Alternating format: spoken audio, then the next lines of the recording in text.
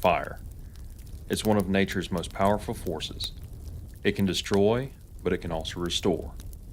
And for landowners in Georgia, prescribed fire is one of the best tools for managing forests, improving wildlife habitat, and reducing wildfire risks. I recently had a chance to experience this firsthand at a Learn and Burn event down in Swainsboro, Georgia. So let's talk about how controlled burns are shaping Georgia's landscapes and why, if you own land, you might want to consider putting fire to work for you. Welcome to The Outdoor Agent, where real estate and the great outdoors meet. I'm Dakota Oshley, a real estate professional from Griffin, Georgia, and I have a passion for tracking down more than just the perfect property. Here, we're going to explore not only the world of real estate, but also dive into a bit of the outdoor life that I enjoy. Whether you're here for real estate insights, a few laughs, or stories from the field, you're in the right place. So let's get into it. What's going on, guys? I hope y'all are having a fantastic day wherever you're listening in from. I had an awesome experience I'd like to share with y'all, and that was at a Learn and Burn event down in Swainsboro, Georgia, put on by the Georgia Forestry Commission, as well as some private landowners in conjunction with NRCS, National Wildlife Federation, and a few other entities. We're all there. Awesome event, but let's just start with some of the basics of prescribed fire and, what is it and why does it matter? Well, prescribed fire is exactly what it sounds like, guys. It's a planned intentional burn that's set under specific weather and environmental conditions to achieve a certain land management goal. It's been used for centuries. The Native Americans used it, and of course it's been happening naturally for years and years as the natural progression of nature, right? And nowadays it is a key tool for modern forestry and wildlife efforts in the state and in the country, really. So why does prescribing fire in an environment matter? Well, many of Georgia's natural habitats actually need fire to thrive. Longleaf pines, oak hickory forests, and even certain types of bogs rely on fire to stay healthy. And with that, so many animal species benefit from it as well. Longleaf pines are being reintroduced across the southeast in an effort to help with the gopher tortoise that is also a keystone species for many other species of wildlife. Granted, if you're a sportsman, you likely hear of prescribed fire for the benefits of wildlife in deer, turkeys, upland game species, whatever your target critter is that you like chasing around, you're probably interested in learning how to make better habitat, and you can do a lot with fire. Without fire, trees and brush will take over. I'm sure we've all walked through a patch of ground, whether it be private land or some public land that wasn't being managed, and you walk through a forest, and in the fall time, when the leaves are off, you can just see for 150 yards through the timber. Well, odds are that's a closed canopy forest, and you were probably walking on so many leaves and underbrush and mess. Not good game habitat. It's just nothing's growing. So that's a real quick overview. So let's get back on track here. So why should landowners care about prescribed fire and what's in it for them? Well, one of the biggest benefits of prescribing fire is it reduces wildfire risk. We've had some recent wildfires in California, Hawaii. There was some bad ones up in Tennessee a few years ago, and across the whole country. I'm sure there's a bunch of them going on everywhere. Colorado, I remember there was one out in Colorado that was pretty bad, pretty recently. And reducing the fuel on the ground through a prescribed fire under certain conditions to where it can be more contained is going to reduce the fuel load on the ground. That's your grasses, that's your pine needles if you're in a pine forest, it's your leaf litter on the ground, small branches, smaller dead trees, thick underbrush. All of that fuel can be consumed to where if a fire does get out in the afterwards, it won't have as much fuel to burn and get out of hand. This is especially important across the country, but really in Georgia, where I'm located, because Georgia averages over 2,300 wildfires a year. Thankfully, through local firefighters and Georgia Forestry Commission firefighters, that most of these are put out pretty quick and don't get out of hand, but they do happen. Second benefit is enhancing wildlife habitat. A healthy habitat means more wildlife. More wildlife means more fun for us sportsmen. It's more fun for wildlife photographers and more fun for just anybody that enjoys seeing nature and wildlife. Many species depend on fire to create the open and diverse environments that they need to survive. You're talking game species like quail, pheasants, turkey, deer. Those are your main game species, and then of course all of your other species that benefit from it as well. Because when you prescribe a fire, you promote new growth in what's being burned, and you're able to clear out some of the underbrush, briars, and BS that's really no good for a lot of things, and get some food on the ground, native forbs, native flowers, native grasses, depending on the times that you burn.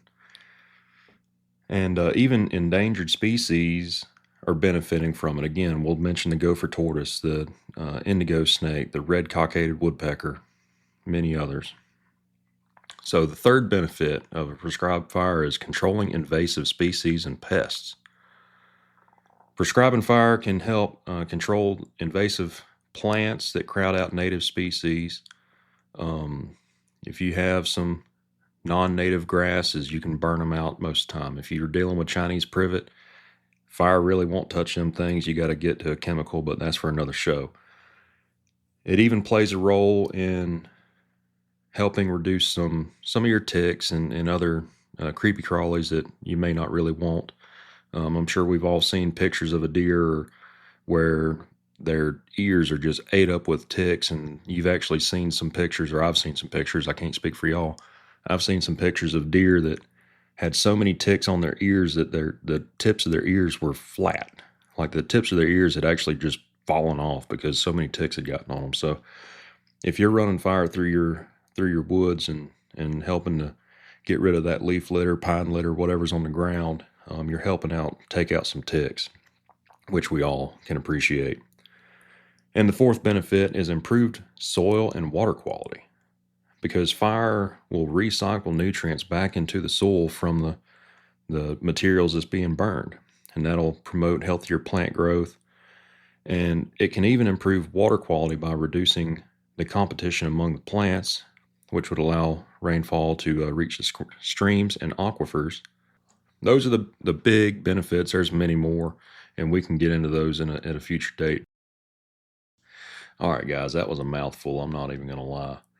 But let's just go through my experience at the Learn and Burn that I attended down in Swainsboro. Great time. If you have the opportunity to get on a Learn and Burn, if you're interested in prescribing fire, but want to get hands-on experience in a controlled, more classroom type setting, get on Facebook's where I found this one.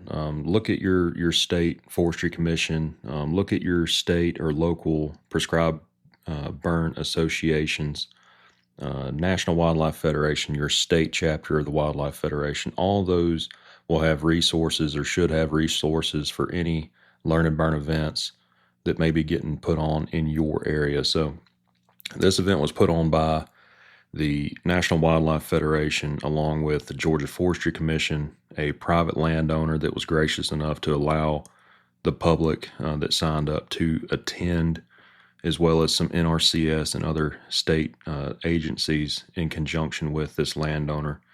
So it started out in a more classroom environment, going through the benefits and the whys and the preparation work of getting ready for a fire, because it's not something that you just go out and decide one day that you're going to strike a match and you're going to burn your woods. It is a planned prescription. That's why it's called a prescribed fire, guys. You are prescribing under certain conditions a fire. So hopefully I'm not making too much noise shuffling some papers around, but I'm actually looking at Mr. Hodges, the landowner's burn map that we went by for the day, as well as his burn plan. So we'll get into some of this in a little bit, but they went through the process of getting a burn plan written. In the state of Georgia, you have to have a burn plan written by a certified burn planner, and the Forestry Commission helped out with Mr. Hodges, I believe. Anyhow, they went through the whole spiel of the weather conditions, why, the wind direction, humidity level, temperature level, the amount of fuel on the ground needed to actually carry a fire through this unit. We were burning about 15 acres. We ended up burning a little bit more just because conditions allowed for it. And anyhow, went through all that. They went through all the equipment you need, showing you, letting you hold it in your hands, drip torches, forestry rakes, axes. I mean, just all the different things and tools needed to conduct a proper fire. And in Georgia, there's many prescribed fire associations that have rental trailers that will have all of the equipment that you would need to conduct a burn that you can rent. The one that was at the event that was just on display, they were charging $100 a day of use. So if you picked it up on a Friday evening, but only used it on Saturday, you'd only pay for the one day, which is really cool.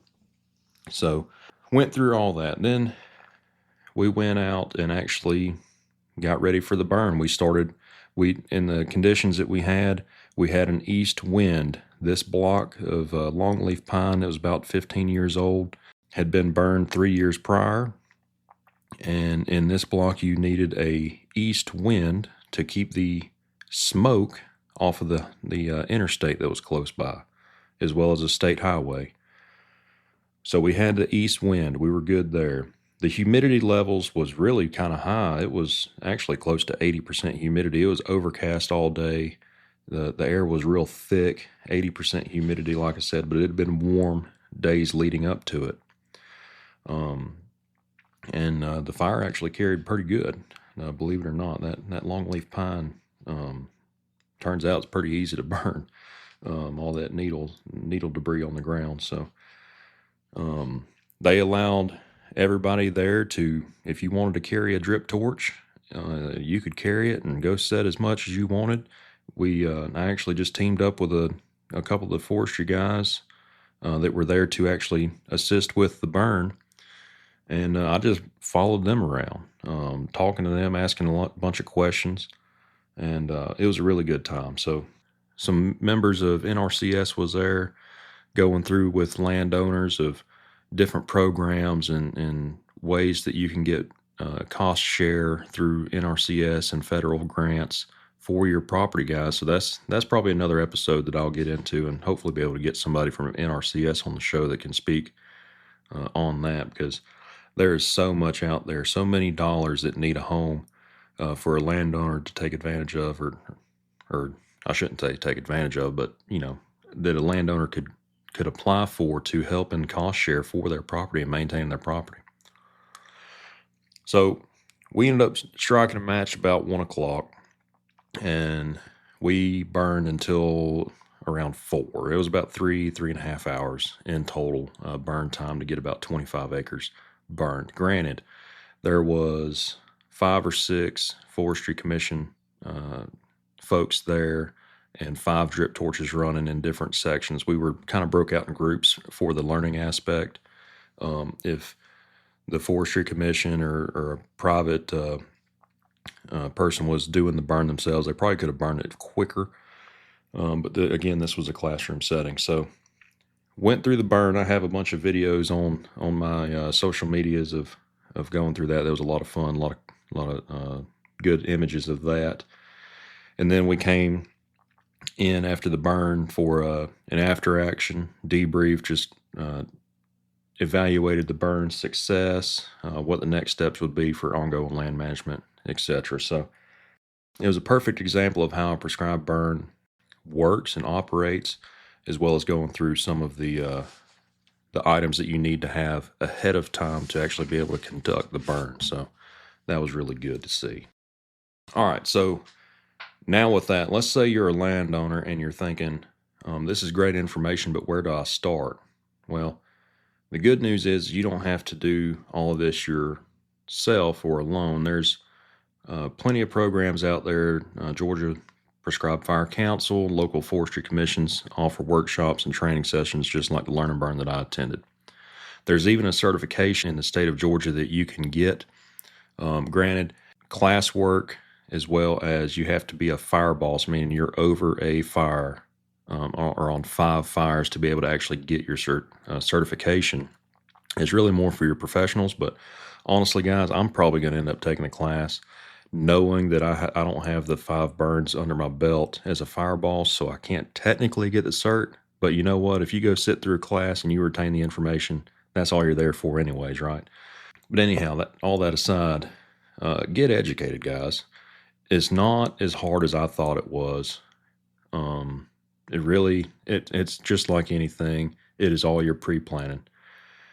So making sure your ducks are in a row for your burn plan, getting a burn plan drafted by a licensed burn planner, making sure you have the appropriate weather conditions for your burn plan, and then executing your burn per the plan, trying not to deviate too much.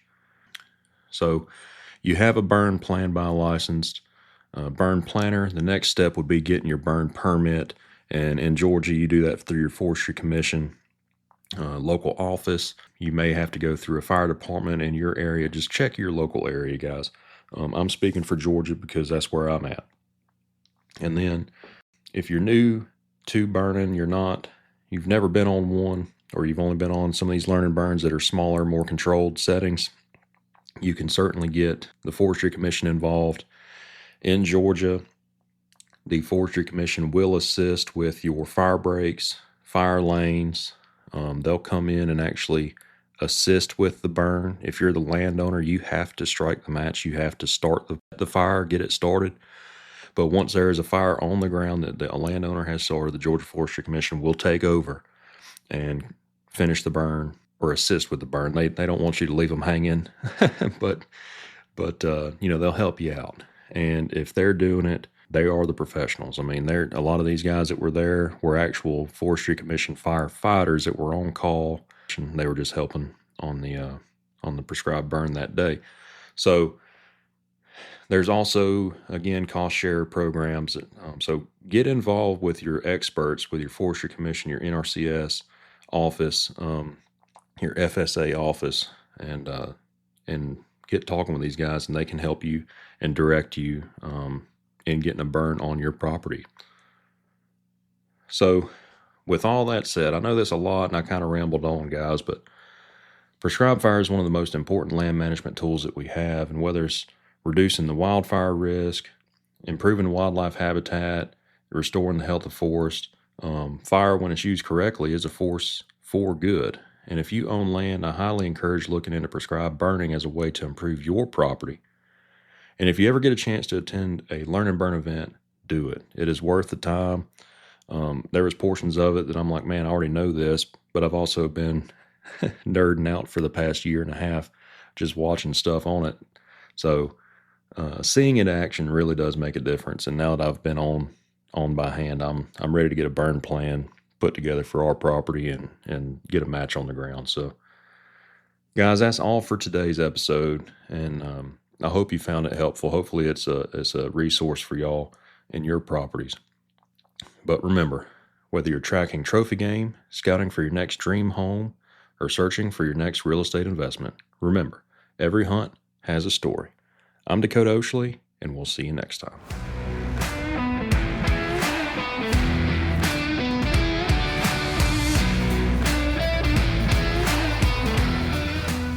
Hey guys, it's Dakota Oshley, the Outdoor Agent. If you enjoyed this episode, can you do me a favor? Hit the subscribe button and leave us a review. It really helps the show grow. If you're on Apple Podcasts, you can just scroll down, tap the stars, and write a quick note. And if you're listening on Spotify, you can rate the show right on the main page.